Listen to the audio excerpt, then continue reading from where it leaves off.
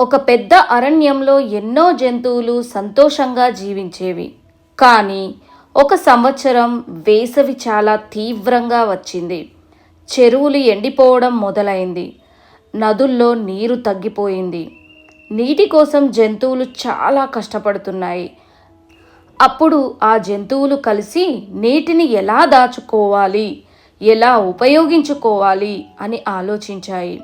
ఆ తర్వాత ఏం జరిగింది అనేది ఈ కథలో తెలుసుకుందాం. ఒక పెద్ద అడవిలో వేసవి చాలా తీవ్రంగా వచ్చింది. ఎండ చాలా ఎక్కువగా ఉంది. అడవిలో ఉన్న చిన్న నది కూడా ఎండిపోవడం ప్రారంభమైంది. జంతువులన్నీ దాహంతో బాధపడుతున్నాయి.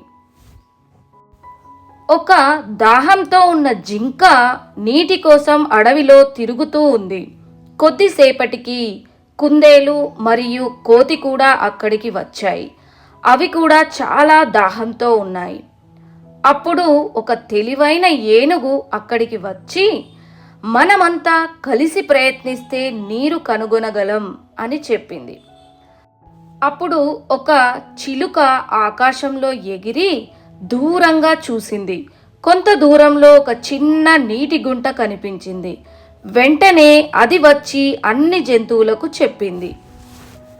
అన్ని జంతువులు కలిసి అక్కడికి వెళ్ళాయి. ఏనుగు తన కాళ్ళతో గుంటను కొంచెం తవ్వింది. కొద్దిసేపటికి నీరు బయటకు వచ్చింది.